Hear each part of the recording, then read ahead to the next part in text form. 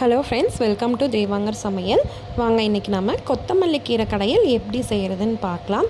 புளிச்ச கீரை கடையல் பண்ண தும்பக்கீரை கடையல் செய்வோம் இல்லைங்களா, அதே சேம் மெத்தட்லேயே தான் நம்ம கொத்தமல்லி கீரை கடையலும் செய்வோம். ரொம்ப சூப்பராக இருக்கும், ரொம்ப சிம்பிளாகவே இருக்கும்.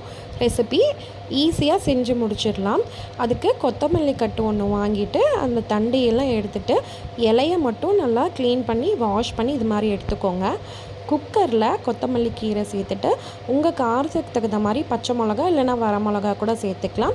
ஒரு அரை டம்ளர் தண்ணி விட்டு குக்கரை க்ளோஸ் பண்ணி ஒரு 2 விசில் மட்டும் விட்டு எடுத்துக்கலாம்.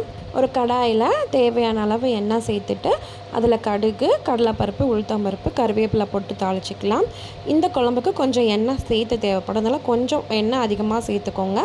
ஒரு கைப்பிடி அளவு நல்லா சின்ன வெங்காயத்தை பொடி பொடியாக கட் பண்ணிவிட்டு அதையும் சேர்த்து நல்லா வெங்காயம் வதங்குற வரைக்கும் நாம் இதை வதக்கிக்கலாம். வெங்காயம் நல்லா வதங்கினதுக்கப்புறம் இதில் ஒரு சின்ன எலுமிச்சை அளவு புளியை நல்லா ஊற வச்சு கரைச்சிட்டு அந்த புளி தண்ணியை சேர்த்துட்டு இதை நல்லா கொதிக்க வச்சிடலாம்.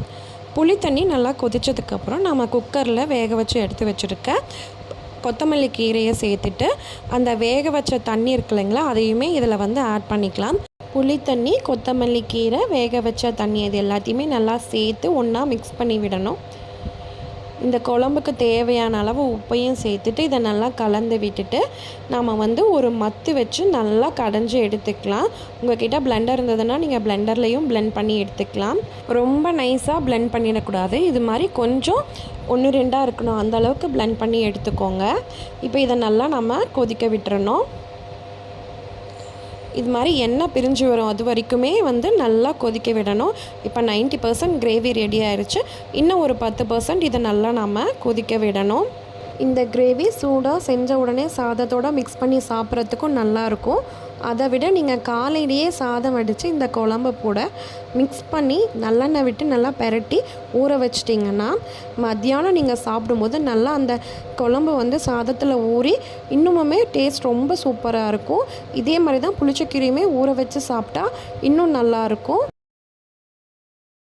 இது மாதிரி ட்ரை பண்ணாதவங்க கண்டிப்பாக ட்ரை பண்ணி சாப்பிட்டு பாருங்கள், சூப்பராக இருக்கும். இந்த அளவுக்கு குழம்பு நல்லா சுண்டுனுச்சுன்னா நம்ம ஸ்டவ் ஆஃப் பண்ணிடலாம். நீங்களும் கண்டிப்பாக இதை செஞ்சு பார்த்துட்டு எப்படி இருந்ததுன்னு உங்களோட ஃபீட்பேக் என் கூட ஷேர் பண்ணிக்கோங்க. உங்களோட ஃப்ரெண்ட்ஸ் அண்ட் ஃபேமிலிக்கும் இந்த வீடியோவை ஷேர் பண்ணுங்கள். தேங்க்யூ.